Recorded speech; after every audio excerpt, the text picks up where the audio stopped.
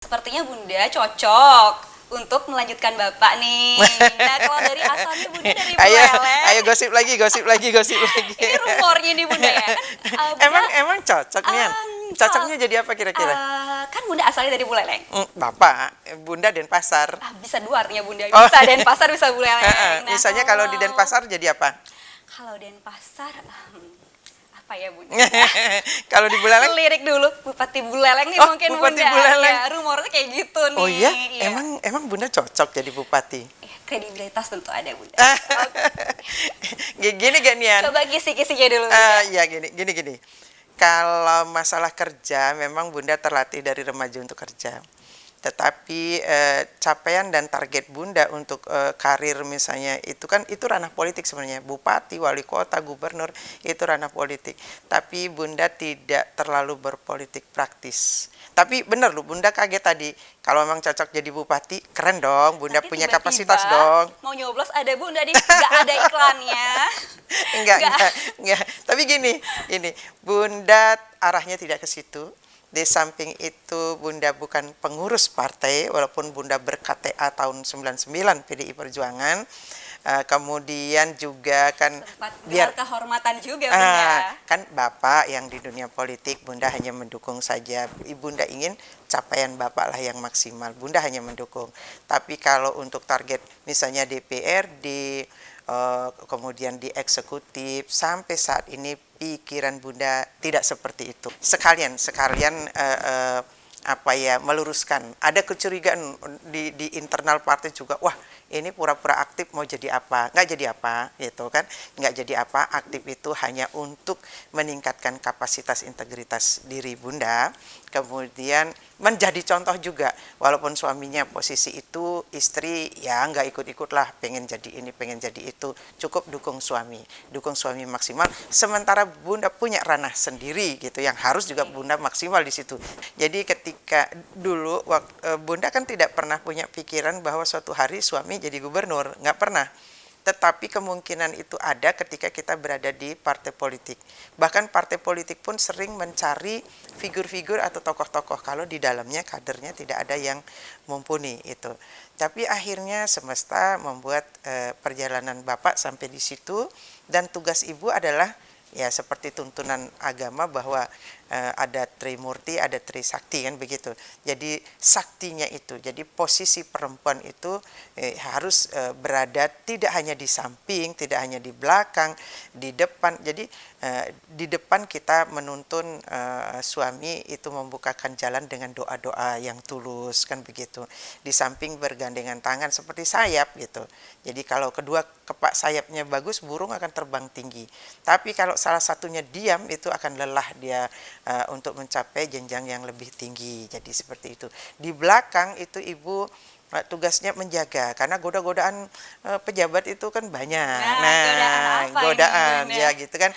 Jadi godaannya katanya kan ada orang bilang 3 ta itu ada tahta, wanita, harta, gitu. Kalau lelaki ya godaannya wanita, kalau wanita ya godaannya pasti lelaki gitu kan. Tapi ada juga wanita yang digoda wanita. Kalau Bapak pernah digoda nggak, Bunda? Ya kan Bapak yang tahu, tapi tugas Ibu jaga, jangan sampai tergoda kan begitu.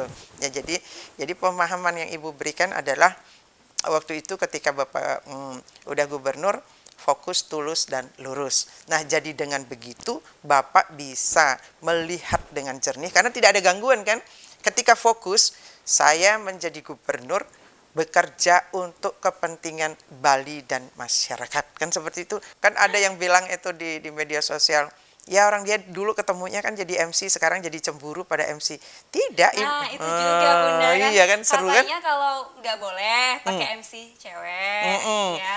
Ya Bunda sendiri kaget, yang bikin aturan siapa begitu kan. Pernah Ibu satu acara di Wiswo Sabe, Ibu lihat itu semua laki-laki, sampai yang dirihennya laki-laki. Ibu juga kaget. Baca doa laki-laki juga baca semua. Doa, MC-nya laki-laki semua. Terus Ibu bilang, di Pemprov sekarang apa minim perempuan ya, protokol perempuan ya.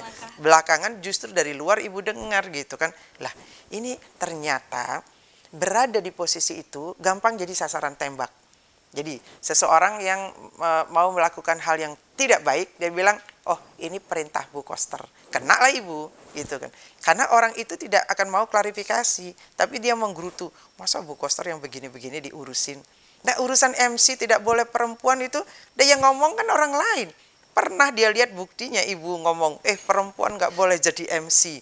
Lah ibu aja kaget. Nah ketika kemudian ada keluhan, ibu kumpulkanlah anak-anak itu. Anak-anak di protokol, yang perempuan-perempuan. Nak, jangan takut sama ibu. Itu. Justru ibu membela. Nanti kalau kalian dilecehkan, dizolimi, ibu yang lebih sakit. Tetapi kalau jaminannya kalian dihargai, itu. Kalau kalian tidak mau diajak oleh pejabat yang lebih di atasnya untuk MC di depan Pak Koster, yang MC sama ibu aja. Nah, akhirnya ibu begitu kan. Lama-lama terus kemudian mulai semakin cair. Memang sempat ada Ibu paradigma, kaget-kaget itu Bunda, waktu itu. katanya Bunda galak, cemburuan seperti itu ya. Ternyata itu dikemas oleh oknum-oknum tertentu ya Bunda. Barangkali begitu ya. Buktinya ibu Bunda kaget-kaget begitu. Kok orang lain yang ngomong katanya, wah dia yang cemburu sama ini. Kok enak aja dia ngomongin Bunda. Ya, emang si lidah tidak bertulang gitu kan. Tapi Bunda tidak apa-apa. Kedepannya itu fitnah, pembunuhan karakter itu dia seperti ini sayang. Seperti apa ya, pewarna pakaian itu, Wantek. Wantek ya mereknya. Itu dia akan luntur sendiri gitu dengan seiring waktu ya, ketika ibu harus membenarkan tindakannya Pak Koster. Jadi Israel ke Bali, jadi kan banyak pihak yang tidak suka kehadiran Israel di Indonesia gitu. Jadi bagaimana kalau misalnya banyak terjadi bom bunuh diri, bagaimana? Itu pertanyaan itu loh. Bisa saja kita menjawab itu kan belum terjadi, boleh, tapi kan yang belum terjadi kita harus antisipasi dulu supaya tidak terjadi. Jangan setelah terjadi baru kita menyesal. Masalah kemudian ada yang bilang kan, wah akhirnya hancur harapan anak muda dan lain sebagainya. Jadi persepak bolaan Indonesia tidak akan hancur hanya gara-gara tidak dilakukan pertandingan itu di Indonesia gitu. Masih banyak yang dapat kita lakukan untuk meningkatkan kualitas dan tampilan dari persepakbolaan Indonesia. Itu tidak mematikan persepakbolaan, hanya menunda itu.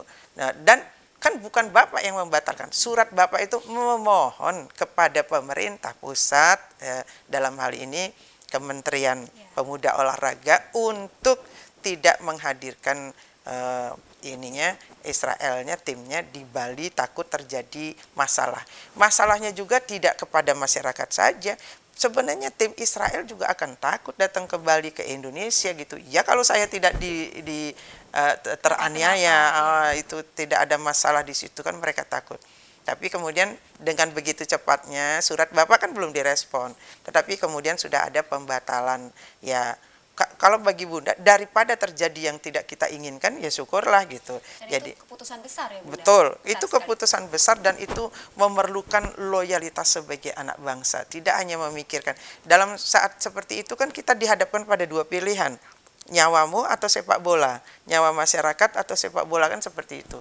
Kalau memilih, Bunda akan tetap pada seniman ataukah politik?